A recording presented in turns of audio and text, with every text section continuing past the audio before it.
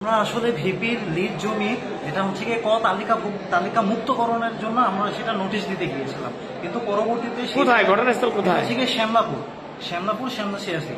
সেখানে আমরা গিয়েছিলাম। আমাদের উপরে হঠাৎ করে কতিপয় লোকেরা, ওরা কয়েকজন এসে আমাদেরকে কোনো রকম কথাবার্তা না বলে অতর্কিতভাবে বললো যে এরা জাল দলিল বানাইছে, এরা সকল ধরনের ইয়ে করছে, আমাদের এখানে ভিটেমাটি ছাড়া করছে, এদেরকে মারো, এদেরকে জবাই দাও, ডিরেক্ট আমাদেরকে জবাই দেওয়ার কথা বলছে। কয়েকজন সরকারি কর্মকর্তা আহত হয়েছে আমাদের এখানে দুইজন, আমাদের সার্ভেয়ার স্যার ছিলেন মোহাম্মদ আব্দুল করিম স্যার, এবং নায়েব স্যার ছিলেন ফুলবাড়িয়া থেকে জাহাঙ্গীর আলম স্যার, যার উপরে মূল ক্ষোভটা ছিল তাদের। এবং পরবর্তীতে আমি অফিস সহায়ক শাহরিয়ার আলম আকাশ, আমার হাতে ভিপি নথি থাকায় আমাকেও তারা অতর্কিতভাবে আঘাত করে এবং আমার হাতে থেকে ভিপির নথি সহ সবকিছু নিয়ে যায়। তাদের কাছে কি অস্ত্র ছিল?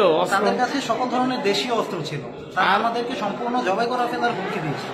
লাঠি সোটা থেকে শুরু করে সকল ধরনের, এবং ইট পাথর যত কিছু আছে সবকিছু আমাদের গাড়ির উপরে অতর্কিত হামলা করছে।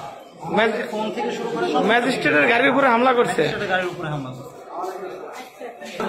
শেষ পর্যন্ত পুলিশ ফোর্স ডাক দিয়ে আমাদের ওখান থেকে উদ্ধার করে নিয়ে আসে। আমরা কোনো মধ্যে ওই এক বাসায় যে আশ্রয় নেওয়ার পরবর্তীতে আমরা যতটুকু জানতে পারলাম এ বিষয়ে পুলিশের কোনো ভূমিকা নেই, কারণ পুলিশ আপনাদের জীবন নিরাপত্তা দিতে পারে নাই। আমরা অনেকবার ছিলাম, আমরা অনেক চেষ্টা করছিলাম, কিন্তু পুলিশ আপনাদেরকে আসে নাই, পুলিশ ডাকার পরে আসে নাই।